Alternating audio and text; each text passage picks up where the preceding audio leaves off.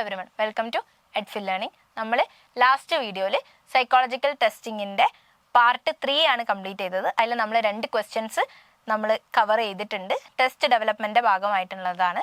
അതേപോലെ നമ്മൾ ഈ വീഡിയോയിൽ PYQ ക്വസ്റ്റ്യൻ നമ്പർ 3 ആണ്, അതായത് ടെസ്റ്റ് ഡെവലപ്മെൻറ്റിൻ്റെ ഭാഗമായിട്ട് തന്നെ വരുന്ന ക്വസ്റ്റ്യൻ നമ്പർ 3 ആണ് നമ്മൾ ഇന്നത്തെ വീഡിയോയിൽ എന്ത് ചെയ്യുന്നത്, ഡിസ്കസ് ചെയ്യാൻ പോകുന്നത്. ക്വസ്റ്റ്യൻ നോക്കാം.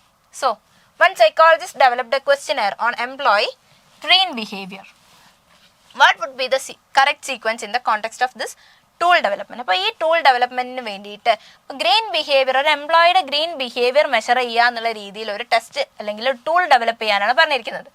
അതിൽ നമ്മൾ ഏതൊക്കെ സ്റ്റെപ്സ് ആണ് വരുന്നത് എന്നുള്ളത് സീക്വൻഷ്യലി ഓർഡർ ചെയ്യാൻ വേണ്ടിയിട്ടാണ് പറഞ്ഞിരിക്കുന്നത്. ഇപ്പോൾ ഡിസംബർ 2023 ചോദിച്ച ചോദ്യമാണ്. ഇതാണ് അതിൻ്റെ ഓപ്ഷൻസ് വന്നിരിക്കുന്നത്. Identifying the discrimination index of items, calculation of Cronbach's alpha, developing a standard score norm, conformity factor analysis, exploratory factor analysis. അപ്പം ഇത് വരുന്നത് നമ്മുടെ റിലയബിലിറ്റി, വാലിഡിറ്റി അല്ലെങ്കിൽ സ്റ്റാറ്റിസ്റ്റിക്കൽ മെത്തേഡായിട്ട് വരുന്നതാണ് നമ്മൾ ഈ ഒരു PYQൽ നോക്കുന്നത്. ഇതിന് കുറച്ച് ഓർഡേഴ്സ്, അതായത് ഇതിൻ്റെ സീക്വൻഷ്യൽ ഓർഡർ ആയിട്ട് തന്നിട്ടുണ്ട്. ഇതിൽ ഏതാണ് ആൻസർ എന്ന് നമ്മൾ പറയണം. സോ ഇപ്പോൾ വാലിഡേഷൻ ആൻഡ് റിഫൈൻമെൻറ്റ് അല്ലെങ്കിൽ സ്റ്റാറ്റിസ്റ്റിക്കൽ സ്റ്റേജ് ആണ്. അപ്പം ഒരു ടൂൾ ഡെവലപ്പ് ചെയ്യുക അല്ലെങ്കിൽ ഒരു ടെസ്റ്റ് ഡെവലപ്പ് ചെയ്യുന്നതിൽ ഫസ്റ്റ് നമ്മൾ കൺസെപ്ഷ്യലൈസേഷൻ പഠിച്ചു, പിന്നെ കൺസ്ട്രക്ഷൻ ആൻഡ് സ്റ്റാൻഡർഡൈസേഷൻ പഠിച്ചു, പിന്നെ വരുന്നതാണ് എന്ത്, validation and refinement. So statistical stage, third stage ആണ് എന്ത്, നമ്മളുടെ വാലിഡേഷൻ ആൻഡ് റിഫൈൻമെൻറ്റ് സ്റ്റേജ് അല്ലെങ്കിൽ സ്റ്റാറ്റിസ്റ്റിക്കൽ സ്റ്റേജ് എന്ന് പറയുന്നത്. After the test has been conceptualized and constructed, it must be validated and refined statistically to ensure that. അപ്പോൾ നമ്മളൊരു test കൺസെപ്ഷ്യലൈസ് ചെയ്ത് construct ചെയ്ത് കഴിഞ്ഞു കഴിഞ്ഞാൽ അത് വാലിഡേറ്റ് അല്ലെങ്കിൽ റിഫൈൻ ചെയ്ത് സ്റ്റാറ്റിസ്റ്റിക്കലി വാലിഡേറ്റും റിഫൈൻ ചെയ്ത് വെക്കുക എന്നുള്ളതാണ് നമ്മുടെ നെക്സ്റ്റ് സ്റ്റെപ്പ് എന്ന് പറയുന്നത്. So it actually measures what it intends to measure. നമ്മൾ നേരത്തെ പറഞ്ഞ പോലെ തന്നെ വാലിഡിറ്റിയും റിലയബിലിറ്റിയും ആണ് ഇതിൽ മെയിനായിട്ട് വരുന്നത്. അപ്പോൾ കൺസിസ്റ്റൻ്റ് ആണ് എന്നുള്ളത് റിലയബിലിറ്റിയും, നമ്മൾ എന്താണ് ഉദ്ദേശിക്കുന്നത് അത് തന്നെ മെഷർ ചെയ്യുന്നുണ്ടോ എന്നുള്ളത് നോക്കുന്നതാണ് എന്ത്, വാലിഡിറ്റിയും എന്ന് പറയുന്നത്. The items and structure of the test are statistically sound. അപ്പം ഇവിടെ നമ്മൾ ഉദ്ദേശിക്കുന്നത് എന്താണ്, നമ്മളുടെ ഐറ്റംസും അതിൻ്റെ ടെസ്റ്റിൻ്റെ സ്ട്രക്ചറും ഒക്കെ സ്റ്റാറ്റിസ്റ്റിക്കലി സെറ്റ് അല്ലേ, അല്ലെങ്കിൽ എല്ലാ കാര്യങ്ങളും പക്ക ആയിട്ട് വാലിഡ് ആണ്, റിലയബിൾ ആണ് എന്നുള്ളതാണ് ഇവിടെ ഉദ്ദേശിക്കുന്നത്. This stage focuses on item analysis, factor analysis and norm development. അപ്പം നമ്മളുടെ ഫസ്റ്റ് സ്റ്റെപ്പ് ഏതാ, identifying the discrimination index of items. അപ്പം ഫസ്റ്റ് സ്റ്റെപ്പ് എന്ന് പറയുന്നത് discrimination index of items identify ചെയ്യുക എന്നുള്ളതാണ്.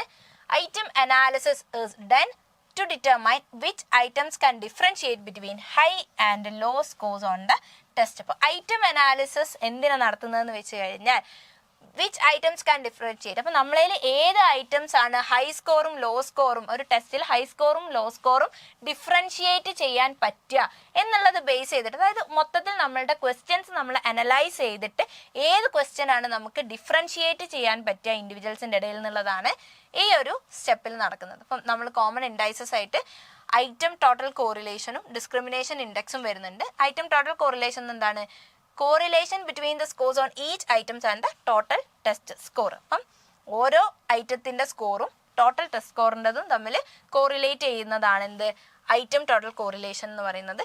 ഡിസ്ക്രിമിനേഷൻ ഇൻഡെക്സ് എന്ന് പറയുന്നത് എന്താണ്, difference in proportion of correct responses between top and bottom groups. അപ്പം നമ്മളുടെ ടോപ്പ് ഗ്രൂപ്പ്സും ബോട്ടം ഗ്രൂപ്പ്സും തമ്മിലുള്ള പ്രൊപ്പോർഷൻസിലുള്ള ഡിഫറൻസസ്. അപ്പം എക്സാമ്പിൾ ടോപ്പ് 27%, ബോട്ടം 27% തമ്മിലുള്ള അവരുടെ ഒരു കറക്റ്റ് റെസ്പോൺസസിൻ്റെ പ്രൊപ്പോർഷനൊക്കെയാണ് എന്ത്, ഡിസ്ക്രിമിനേഷൻ ഇൻഡെക്സിൽ നമ്മൾ നോക്കുന്നത്. So items that do not discriminate well are either too easy or too difficult or unrelated to the construct and must be discarded. അപ്പോൾ ഇതുകൊണ്ട് ഉദ്ദേശിക്കുന്നത് എന്താണ്, നമ്മൾക്ക് ഡിസ്ക്രിമിനേറ്റ് ചെയ്യാൻ പറ്റുന്നില്ല എന്നുണ്ടെന്നുണ്ടെങ്കിൽ, നമുക്ക് നല്ലപോലെ ഡിസ്ക്രിമിനേറ്റ് ചെയ്യാൻ പറ്റുന്നില്ല എന്നുണ്ടെങ്കിൽ നമ്മൾ കൺസ്ട്രക്ട് ചെയ്ത ഐറ്റംസ് അല്ലെങ്കിൽ ക്വസ്റ്റ്യൻസ് ഒന്നെങ്കിൽ വളരെ എളുപ്പമുള്ളതായിരിക്കും, വളരെ ടഫ് ഉള്ളതായിരിക്കും, അല്ലെങ്കിൽ ഇത് നമ്മളുടെ കൺസ്ട്രക്റ്റുമായിട്ട് വലിയ റിലേറ്റഡ് ആയിരിക്കില്ല എന്നുള്ളതാണ്. അതുകൊണ്ട് തന്നെ നമ്മളത് ഡിസ്കാർഡ് ചെയ്യണം അല്ലെങ്കിൽ ഒഴിവാക്കണം എന്നുള്ളതാണ് ഇതിൽ ഇൻഡിക്കേറ്റ് ചെയ്യുന്നത്. സോ നമ്മുടെ പേർപ്പസ് എന്ന് പറയുന്നത് എന്താണ്, helps retain items that are most informative and discard poor items. അപ്പം നമുക്ക് മോസ്റ്റ് ഇൻഫോർമേറ്റീവ് ആയിട്ടുള്ള ഐറ്റംസിനെ റിഫൈൻ ചെയ്തെടുക്കുകയും കൂടാതെ നമുക്ക് ഉപകാരപ്രദമല്ലാത്ത അല്ലെങ്കിൽ പുവർ ഐറ്റംസിനെ നമ്മൾ ഒഴിവാക്കുകയും ചെയ്യുന്നതാണ് ഈ ഒരു ടെസ്റ്റിലെ മെയിൻ പേർപ്പസ് എന്ന് പറയുന്നത്. എക്സാമ്പിൾ പറയുകയാണെങ്കിൽ an item about recycling that everyone answers yes does not discriminate, it may be removed. അപ്പോൾ എല്ലാവരും ഒരേപോലെ യെസ് എന്നാണ് ഇതിൽ ആൻസർ ചെയ്യുന്നതെന്നുണ്ടെങ്കിൽ പ്രത്യേകിച്ച് അതിനൊരു ഡിഫറൻഷിയേഷൻ അല്ലെങ്കിൽ ഡിസ്ക്രിമിനേഷൻ സംഭവിക്കാത്തതുകൊണ്ട് തന്നെ നമ്മൾ ആ ഐറ്റം എന്ത് ചെയ്യും, റിമൂവ് ചെയ്യും. സോ നെക്സ്റ്റ് സ്റ്റെപ്പ് എന്താണ്, കാൽക്കുലേഷൻ ഓഫ് ക്രോൺവാറ്റ്സ് ആൽഫ. അപ്പം ഇവിടെ നമ്മൾ നേരത്തെ പറഞ്ഞു ഇന്റേണൽ റിലയബിലിറ്റി വരുന്ന ഇന്റേണൽ കൺസിസ്റ്റൻസി മനസ്സിലാക്കുന്നതാണ് ഇത്. നമ്മളുടെ ക്വസ്റ്റ്യൻ അനുസരിച്ചിട്ട് ഇതാണ് നമുക്ക് തന്നത്, ഇനിയിപ്പോൾ ടെസ്റ്റ് റീടെസ്റ്റ് ആണെന്നുണ്ടെങ്കിൽ അതായിരിക്കും തരിക. അപ്പം അതിനനുസരിച്ചിട്ട് ഇപ്പോൾ റിലയബിലിറ്റി ആണ് നമ്മുടെ നെക്സ്റ്റ് മെത്തേഡ് എന്ന് പറയുന്നത്. ക്രോൺവാറ്റ്സ് ആൽഫ അല്ലെങ്കിൽ alpha checks the internal consistency of the scale, how closely related to the items are as a group. അപ്പം നമ്മൾ ഒരു സ്കെയിലിന്റെ ഇന്റേണൽ കൺസിസ്റ്റൻസി കണ്ടുപിടിക്കുന്നതാണ് ആൽഫനെ കൊണ്ട് ഉദ്ദേശിക്കുന്നത്. How closely related the items are as a group. അപ്പം ഒരു ഗ്രൂപ്പായിട്ട് നമ്മളുടെ ഐറ്റംസ് എത്രത്തോളം റിലേറ്റ് ചെയ്തിരിക്കുന്നു എന്നുള്ളതാണ് ഇവിടെ നമ്മൾ മെഷർ ചെയ്യുന്നത്. It tells whether all items measure the same underlying construct. അപ്പം നമ്മൾ ഉദ്ദേശിക്കുന്ന കൺസ്ട്രക്ട് തന്നെയാണോ ഇവിടെ എല്ലാ ഐറ്റംസും മെഷർ ചെയ്യുന്നത് എന്നുള്ളത് എൻഷുർ ചെയ്യുന്നതാണ് എന്ത് ഈ ഒരു മെത്തേഡിൽ പറയുന്നത്. ഇവിടെ values range from 0 to 1. 0 to 1 ആണ് അതിൻ്റെ വാല്യൂസ് റേഞ്ച് ചെയ്യുന്നത്. നമ്മുടെ മെയിൻ പേർപ്പസ് എന്ന് പറയുന്നത് എന്താണ്, എൻഷുവേഴ്സ് ദി സ്കെയിൽ സൈക്കോമെട്രിക്കലി കൺസിസ്റ്റന്റ്. അപ്പോൾ കൺസിസ്റ്റന്റ് ആണ്, റിലയബിൾ ആണ് എന്നുള്ളത് മെഷർ ചെയ്യുന്നതാണ് ഈ ഒരു മെത്തേഡ് അല്ലെങ്കിൽ കോൺവാറ്റ്സ് ആൽഫയിൽ കൂടെ നമ്മൾ മെഷർ ചെയ്യുന്നത്. Example factor energy conservation as alpha 0.82 good internal consistency. അപ്പം ഇതിൻ്റെ സൈക്കോമെട്രിക്കലി ഇത് റിലയബിൾ ആണ് അല്ലെങ്കിൽ കൺസിസ്റ്റന്റ് ആണ് എന്നുള്ളത് മെഷർ ചെയ്യുന്നതാണ് നമ്മളുടെ ഈ ഒരു സ്റ്റെപ്പിൽ നോക്കുന്നത്. നെക്സ്റ്റ് വൺ എന്താണ്, exploratory factor analysis EFA. EFA is used to explore the underlying factor structure of the test. അപ്പം നമ്മളുടെ ടെസ്റ്റിന്റെ അണ്ടർലൈങ് ആയിട്ടുള്ള ഫാക്ടർ അല്ലെങ്കിൽ സ്ട്രക്ചർ ഒക്കെ നോക്കുന്നതാണ് എന്ത്, അത് എക്സ്പ്ലോർ ചെയ്യുന്നതാണ് എക്സ്പ്ലോറേറ്ററി ഫാക്ടർ അനാലിസിസ് എന്ന് പറയുന്നത്. To discover how items group together based on correlations. അപ്പം നമ്മളുടെ ഐറ്റംസ് കോറിലേഷൻ്റെ ബേസ് ചെയ്തിട്ട് എങ്ങനെ നമുക്ക് എന്ത് ചെയ്യാൻ പറ്റും, ഗ്രൂപ്പ് ചെയ്യാൻ പറ്റും എന്നുള്ളതാണ് ഇതിൽ പറയുന്നത്. It identifies dimensions or factors within the construct. ഒരു കൺസ്ട്രക്റ്റിൻ്റെ ഉള്ളിൽ തന്നെയുള്ള ഡയമെൻഷൻസും ഫാക്ടേഴ്സ് ഒക്കെ എന്ത് ചെയ്യുക, മനസ്സിലാക്കാൻ വേണ്ടി ഹെൽപ്പ് ചെയ്യുന്നതാണ് EFA എന്ന് പറയുന്നത്.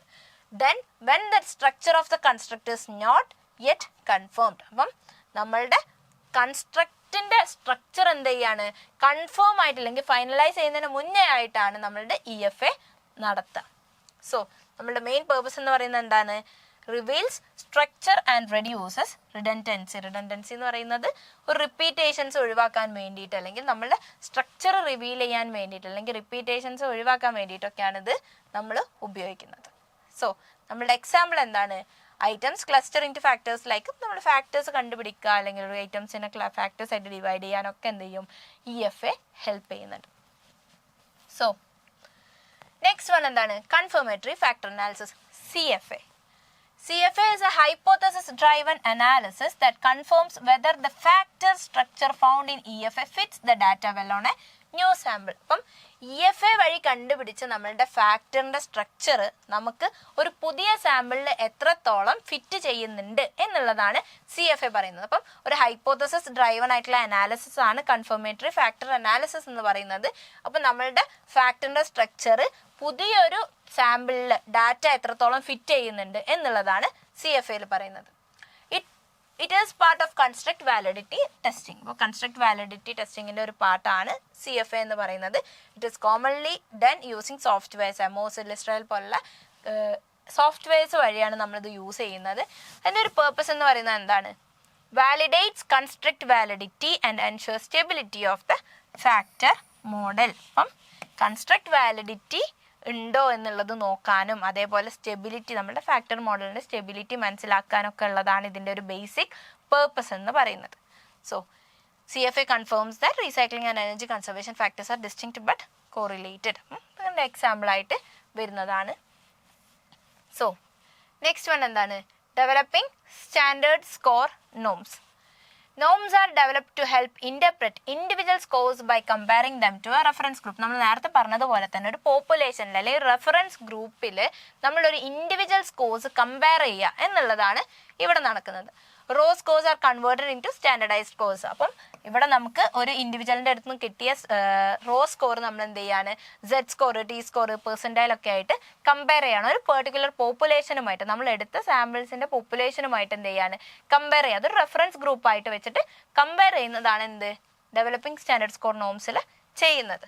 This helps classify scores as low, average or high. അപ്പം ഇത് മെയിനായിട്ട് എന്താണ്, നമ്മൾ ലോ, ആവറേജ്, ഹൈ എന്ന് പറഞ്ഞ് ഇൻ്റർപ്രിറ്റ് ചെയ്യാനായിട്ട് ഈ ഒരു സ്റ്റേജ് എന്ത് ചെയ്യും, നമ്മളെ ഹെൽപ്പ് ചെയ്യും. Purpose makes interpretation meaning full and comparable across samples. അപ്പം ഇൻ്റർപ്രിറ്റേഷൻ മീനിങ് ഫുൾ ആക്കാൻ, ബാക്കിയുള്ളവർ വെച്ച് കമ്പയർ ചെയ്യാനൊക്കെ ആയിട്ട് ഇത് നമ്മൾ എന്ത് ചെയ്യുന്നുണ്ട്, ഹെൽപ്പ് ചെയ്യുന്നുണ്ട്. So convert raw green behaviour score of 35 into T score 55 relative to norms. അപ്പം നമ്മളിത് എന്ത് ചെയ്യുക, സെറ്റ് സ്കോർ അല്ലെങ്കിൽ ടി സ്കോർ ഒക്കെ ആയിട്ട് കൺവേർട്ട് ചെയ്യുന്നതൊക്കെയാണ് ഈ ഒരു സ്റ്റേജിൽ പറയുന്നത്. ഇനി identify the discrimination index of items. നമ്മൾ സ്റ്റാറ്റിസ്റ്റിക്കൽ ടൂൾ യൂസ് ചെയ്യുന്നത് ഏത്, പിന്നെ ഏതാ ഡിസ്ക്രിപ്ഷൻ എന്ത് എന്നൊക്കെയുള്ളത് ഒരു ടേബിൾ വൈസ് ആയിട്ട് നമ്മൾ അറേഞ്ച് ചെയ്തിരിക്കുന്നതാണ്. ഇതിൽ evaluate which items effectively differentiate high and low score. നമ്മൾ നേരത്തെ പറഞ്ഞ പോലെ തന്നെ ഇവിടെ ഐറ്റം അനാലിസിസ് ആണ് ഇവിടെ നടത്തുന്ന സ്റ്റാറ്റിസ്റ്റിക്കൽ ടൂൾ എന്ന് പറയുന്നത്. കാൽക്കുലേഷൻ ഓഫ് ക്രോൺബാച്ച് ആൽഫ പറയുന്നുണ്ട്. ഇന്റേണൽ കൺസിസ്റ്റൻസി അല്ലെങ്കിൽ റിലയബിലിറ്റി ആണ് നമ്മളിവിടെ ചെക്ക് ചെയ്യുന്നത്. ഇവിടെ റിലയബിലിറ്റി അനാലിസിസ് ആണ് നമ്മൾ യൂസ് ചെയ്യുന്ന സ്റ്റാറ്റിസ്റ്റിക്കൽ ടൂൾ എന്ന് പറയുന്നത്. പിന്നെ EFA വരുന്നുണ്ട്, എക്സ്പ്ലോറേറ്ററി ഫാക്ടർ അനാലിസിസ് വരുന്നുണ്ട്. അവിടെ അണ്ടർലൈയിങ് ഫാക്ടർ സ്ട്രക്ചറിനെ മനസ്സിലാക്കാൻ വേണ്ടിയിട്ട്, ഡിസ്കവർ ചെയ്യാൻ വേണ്ടിയിട്ടുള്ളതാണ് EFA പറയുന്നത്. ഇവിടെ നമ്മൾ പ്രിൻസിപ്പൽ കോമ്പണൻറ്റ് ഫാക്ടർ അനാലിസിസ് ഒക്കെയാണ് യൂസ് ചെയ്യുന്നത്. പിന്നെ CFA വരുന്നുണ്ട്. അവിടെ ഫാക്ടേഴ്സ് EFA ഉപയോഗിച്ച് കിട്ടിയ സാധനം പുതിയ ഒരു സാമ്പിളിലേക്ക് നമുക്ക് എത്രത്തോളം കൺഫേം ചെയ്യാൻ പറ്റും എന്നുള്ളതാണ് CFAയിൽ പറയുന്നത്. അവിടെ സ്ട്രക്ചറൽ ഇക്വേഷൻ മോഡലിംഗ് നമ്മളെ സോഫ്റ്റ്വെയർസ് ഒക്കെ യൂസ് ചെയ്ത് ചെയ്യുന്നതാണ്. So developing standard score norms, establish reference score for interpretations. ഇവിടെ mean, SD percentile, Z score, T score, ഇതൊക്കെയാണ് നമ്മൾ ഇതിൽ വരുന്നത്. അപ്പം നമ്മളുടെ തേർഡ് PYQ ആയിട്ടുള്ള ക്വസ്റ്റ്യൻ്റെ ആൻസർ വരുന്നത് ഏതാണ്, ഓപ്ഷൻ 4 ABEDC. സോ അപ്പം നമ്മൾ ടെസ്റ്റ് ഡെവലപ്മെൻറ്റ് എന്ന് പറയുന്ന ഒരു വലിയൊരു കൺസെപ്റ്റിനെ ബ്രോഡ് കാറ്റഗറീസ് ആയിട്ട് 3 എണ്ണമായിട്ട് ഡിവൈഡ് ചെയ്ത് കൺസെപ്ച്വലൈസേഷൻ ഉണ്ട്, കൺസ്ട്രക്ഷൻ ആൻഡ് സ്റ്റാൻഡർഡൈസേഷൻ ഉണ്ട്, പിന്നെ വാലിഡിറ്റി ആൻഡ് റിഫൈൻമെൻറ്റ് സ്റ്റേജ് ഉണ്ട്, അല്ലെങ്കിൽ planning stage, implementation stage, statistical stage. അപ്പം ഇതിൻ്റെ ബേസ് ചെയ്ത് നമ്മളിപ്പോൾ ഡിസ്കസ് ചെയ്തിരിക്കുന്നതൊക്കെ ഒരു ടേബിൾ വൈസ് ആയിട്ട് ഇപ്പോൾ നമ്മളൊരു എക്സാമ്പിൾ വെച്ച് നോക്കുകയാണ് എന്നുണ്ടെങ്കിൽ, സ്പെസിഫൈയിങ് ദ കൺസ്ട്രക്ട് ഓഫ് കൺസെപ്ച്വലൈസേഷനിൽ വരുന്നതാണ്. Specifying the construct of interest, define the psychological trait or behaviour to be measured. അപ്പം നമ്മുടെ കൺസ്ട്രക്ട് ഓഫ് ഒരു പെർട്ടിക്കുലർ ഇൻട്രസ്റ്റ് ഏരിയ നമ്മൾ കണ്ടുപിടിക്കുകയാണ്. ഇവിടെ ഒരു അക്കാഡമിക് മോട്ടിവേഷൻ എന്ന് പറയുന്നതാണ് നമ്മൾ കണ്ടുപിടിക്കുന്നതെന്ന് വെച്ച് കഴിഞ്ഞാൽ എന്താണ്, the degree to which a student is motivated to engage in learning and achieve academic goals. അപ്പം അക്കാഡമിക് മോട്ടിവേഷൻ എന്ന് പറയുന്ന ഒരു കൺസെപ്റ്റ് നമ്മൾ കണ്ടുപിടിച്ചു. Deciding the test function, determine the purpose, selection, diagnosis, research or evaluation. അപ്പം used for identifying students who may need academic counselling or motivation enhancement programmes. ഇതാണ് നമ്മളുടെ function എന്ന് പറയുന്നത്. അപ്പോൾ അതാണ് നമ്മളുടെ രണ്ടാമത്തെ സ്റ്റെപ്പായിട്ട് നമ്മൾ കൺസെപ്ച്വലൈസേഷനിൽ കൂട്ടുന്നത്. So next one, choosing a method. A self report questionnaire with statements rated 7 point Likert scale. അപ്പോൾ ഏത് മെത്തേഡ് നമ്മൾ യൂസ് ചെയ്യുന്നു എന്നുള്ളതാണ് ഈ ഒരു സ്റ്റേജിൽ നോക്കുന്നത്. അപ്പോൾ സെൽഫ് റിപ്പോർട്ട് ക്വസ്റ്റ്യനെയർ ആണ് നമ്മൾ യൂസ് ചെയ്തത്. ഫോർത്ത് സ്റ്റെപ്പ് എന്താണ്, I set specific goals for each study session or I put extra effort in to. അപ്പോൾ നമ്മളുടെ കണ്ടന്റ് അല്ലെങ്കിൽ ഐറ്റം കണ്ടന്റ് നോക്കുന്നതാണ്, ഡിസൈൻ ചെയ്യുന്നതാണ് നമ്മളുടെ നാലാമത്തെ സ്റ്റെപ്പ് എന്ന് പറയുന്നത്. Evaluating the reliability and validity. ഇവിടെ പൈലറ്റ് ടെസ്റ്റിംഗ് നടത്തി നമ്മൾ എന്ത് ചെയ്യാണ്, റിലയബിലിറ്റിയും വാലിഡിറ്റിയും ഒക്കെ കണ്ടുപിടിക്കുന്നതാണ് എന്ത്, നമ്മളുടെ ലാസ്റ്റ് സ്റ്റെപ്പ് എന്ന് പറയുന്നത്.